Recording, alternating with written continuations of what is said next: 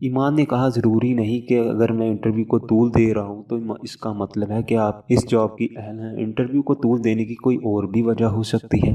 غازی نے اپنی انگلیوں میں پین کو گھماتے ہوئے کہا اگر بزنس کی طرف آپ کا یہی غیر سنجیدہ رویہ رہا تو اگلے 10 سال میں اس کمپنی کا نام نشان تک نہ رہے گا۔ ایمان بولی آپ کو کیا لگتا ہے کہ آپ جہاں جاتی ہیں کس وجہ سے آپ کو امپورٹنس دی جاتی ہے؟ کہیں بھی؟ غازی نے پوچھا۔ اس کا مطلب ہے کہ آپ مجھے امپورٹنس دے رہے ہیں؟ یقیناً میری ذہانت سے متاثر ہو کر ایمان کا انداز سوال و جواب دونوں ہی تھا۔ اگر میں کہوں کہ مجھے آپ کے کرلی ہیئرز بہت پسند آئے ہیں تو غازی کے دل کی بات زبان پر آ گئی۔ اس کا مطلب ہے آپ مجھے میرے گنگریالے بالوں کی وجہ سے اہمیت دے رہے ہیں، رائٹ؟ ایمان نے کہا نہیں، میں چاہتا ہوں کہ آپ تھوڑی دیر اپنی ستیلی ماں کی جگ جگ سے دور رہیں۔ غازی کہہ کر مسکرایا۔ میں چلتی ہوں ماں کہہ کر کھڑی ہوئی۔ اس کے جانے کے بعد غازی نے عبید قریشی کی سیکرٹری ماریہ کو فون کیا۔ مس ایمان انصاری کو اپائنٹمنٹ لیٹر دے دیجیے گا۔ جانے سے پہلے غازی نے انٹر پر ہدایت دی۔ کون سی پوسٹ پر سر؟ ماریہ نے پوچھا۔ میری پرسنل سیکرٹری کے طور پر اپائنٹمنٹ کر دیں انہیں، غازی نے کہا۔ اب وہ کچھ سوچ کر مسکرا رہا تھا۔ رکے مس ایمان۔ وہ جانے لگی تو ماریہ نے پکارا۔ ایمان رک گئی اور سوالیہ نظروں سے ماریہ کی طرف دیکھ کر ابرو اچکائے۔ اپنا اپائنٹمنٹ لیٹر لے کر جائیں پلیز۔ ماریہ کے ہاتھ تیزی سے ٹائپنگ کر رہے تھے۔ اگلے ہی لمحے اس نے اپائنٹمنٹ لیٹر نکال کر ایمان کی طرف بڑھایا۔ ایمان اب حیرت سے لیٹر کو دیکھ رہی تھی۔ جب ایسے کاٹ کے الو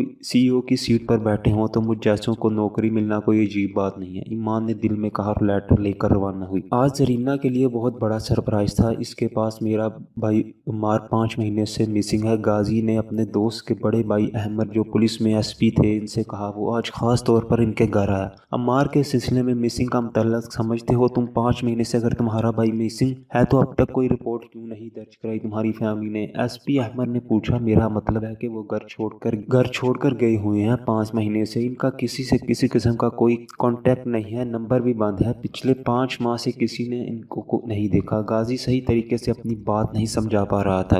میرے خیال سے یہ آپ کا فیملی میٹر ہے۔ وہ یقیناً گھر میں کسی ناراض ہو کر گھر چھوڑ کر چلے گئے ہیں، لیکن آپ مجھ سے کیا چاہتے ہیں؟ ایس پی احمد عزیز نے کہا۔ میں چاہتا ہوں آپ سیکرٹری میرے بھائی کی تلاش کریں، واپس تو اپنی مرضی سے ہی آئیں گے۔ میں بس یہ تسلی چاہتا ہوں کہ وہ خیریت سے ہیں یا نہیں۔ پریشان اس لیے ہوں کہ وہ ساری دنیا سے کانٹیکٹ ختم کر سکتے ہیں لیکن مجھ سے نہیں۔ پچھلے 5 ماہ سے انہوں نے مجھ سے کانٹیکٹ نہیں کیا، اس کا مطلب ہے وہ خیریت سے نہیں ہیں، غازی نے کھل کر بتایا۔ ایس پی احمد عزیز نے آہ بھری۔ ٹھیک ہے، میں اپنی طرف سے پوری کوشش کروں گا، ایس پی احمد عزیز بولے۔ شکریہ، غازی نے کہا۔ وہ دونوں تھوڑی دیر ادھر ادھر کی باتیں کرتے رہے، پھر غازی رخصت لے کر چلا گیا۔ ان کے گھر سے اب وہ واقعی مار کے متعلق پریشان ہو گیا تھا۔ اللہ تعالیٰ گنجے کو بھی ناخن دے ہی دیتا ہے۔ ایمان کی نوکری لگ جانے کی خبر سن کر زرینہ بولی، اسی خوشی میں زبردست سی چائے پلا دیں مجھے۔ ایمان نے صوفے پر بیٹھتے ہوئے کہا۔ ماہی چائے دے دو ایمان کو، زرینہ نے ماہر کو آواز دی۔ رہنے دے، میں خود لے لیتی ہوں، بنی تو ہوئی ہے نا؟ ایمان نے کہا۔ ہاں بنا دی تھی میں نے اس لڑکی کو کہا، مگر ٹکا سا جواب آیا۔ آگے سے زرینہ نے کہا۔ ماہر کمرے سے باہر نکلی اور کچن میں چلی گئی۔ چائے کا کپ گرم کر کے ایمان کے سامنے رکھا۔ شکریہ کہنے کی زحمت ایمان نے نہیں کی تھی۔ تم کب تک رہو گی یہاں؟ ایمان نے پوچھا۔ بندہ پہلی ملاقات میں آپ ہی کہہ دیتا ہے تم کی بجائے یہاں تو آگے کا ہوا بگڑا ہوا ہے، ماہر نے دل میں کہا۔ شاید ہمیشہ کے لیے، ماہر نے صوفے پر بیٹھے ہوئے کہا۔ شاید، اور وہ بھی ہمیشہ کے لیے۔ بات کچھ سمجھ نہیں آئی۔ ایمان نے چائے کا مگ اٹھاتے ہوئے کہا اور گھونٹ بھرنے لگی۔ مجھے تو تمہاری نوکری والی بات بھی سمجھ نہیں آئی ابھی تک، زرینہ بولی۔ اسے لگا ایمان اسے بے وقوف بنا رہی ہے۔ ذرا یہ اپائنٹمنٹ لیٹر پڑھ کر سناؤ، ذرا یہ اپائنٹمنٹ لیٹر پڑھ کر سناؤ انہیں۔ ایمان نے لیٹر اپنے پرس سے نکال کر باہر کی طرف بڑھاتے ہوئے کہا۔ رہنے دو، اب ایسی بھی کیا بے اعتباری، مذاق کر رہی تھی۔ زرینہ نے پینترا بدلا۔ بہت مبارک ہو جاب کی، ماہر نے مبارکباد دی۔ اس بات پر بھی ایمان شکریہ نہیں بولا تھا جس کے آسرے پر اور ازمیر نے تمہیں یہاں بھیجا ہے، ان سے تو ملی ہی نہیں ہوئی ابھی تک، زرینہ نے یاد دلایا۔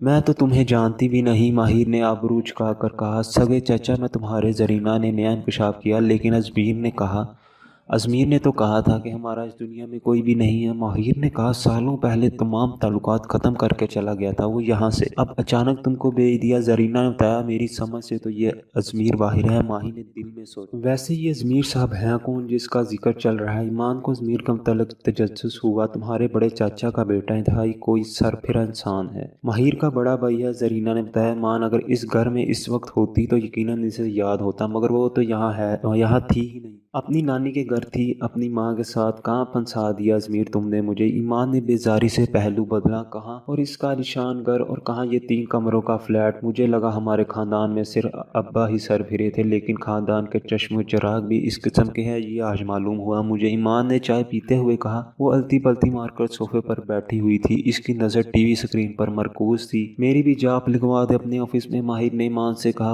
ایووکاڈو کا الو روز روز مہربان نہیں ہونے والا، ایمان دل میں سوچا تھا۔ اس کے ہونٹوں پر مسکراہٹ پھیل گئی، اس کی آنکھوں کے